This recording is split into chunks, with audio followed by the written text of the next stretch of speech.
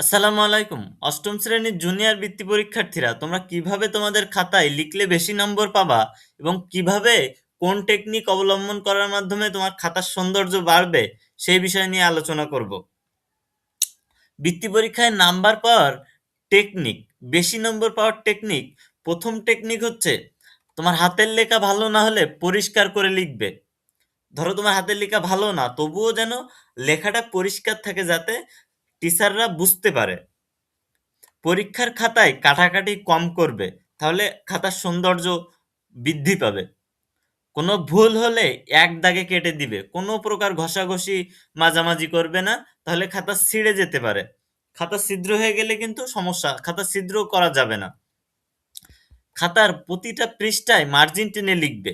Margin টেনে না লিখলে কিন্তু টিচাররা দেখবে যে স্টুডেন্টরা আসলেই এ স্টুডেন্ট হওয়ার যোগ্য না, কারণ এ এখনো পরীক্ষা দিচ্ছে কিন্তু এ এখনো মার্জিনই কাটে না। সুতরাং তুমি প্রত্যেকটা পৃষ্ঠায় তোমার মার্জিন টেনে লিখবে এবং মার্জিনটা তোমরা অন্য কালারের পেন দিবে না, কালো কালারের পেন দিয়েই মার্জিনটা কাটবে আর কি। এরপর প্রশ্ন নাম্বার ঠিকমতো হাইলাইট করে লিখবে। তুমি কোন প্রশ্নটা লিখতেছো ওই প্রশ্ন নাম্বারটা ঠিকমতো হাইলাইট করে লিখবে।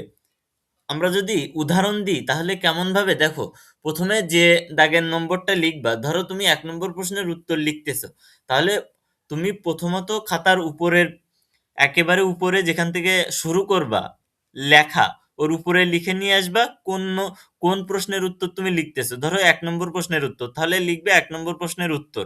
এরপর যদি তুমি ক নম্বর লেখো তাহলে নিচে এরকম দিবা যে ১ নম্বর ক। এরপরে খ নম্বর লিখতে গেলে ১ নম্বর খ, আর এই উপরে এটা আর লেখা লাগবে না। ওকে, নিয়ম অনুযায়ী প্রশ্নের উত্তর লিখবে। যেমন সৃজনশীল প্রশ্নে ক, খ, গ, ঘ এরকম থাকে।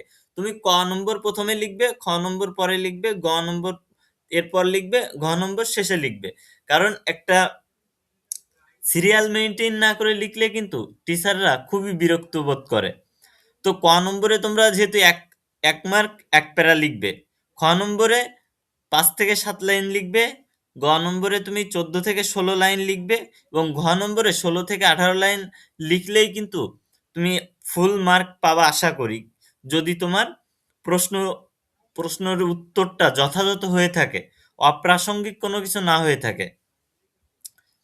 তোমাকে প্রতিটা প্রশ্নের উত্তর লিখে আসতে হবে।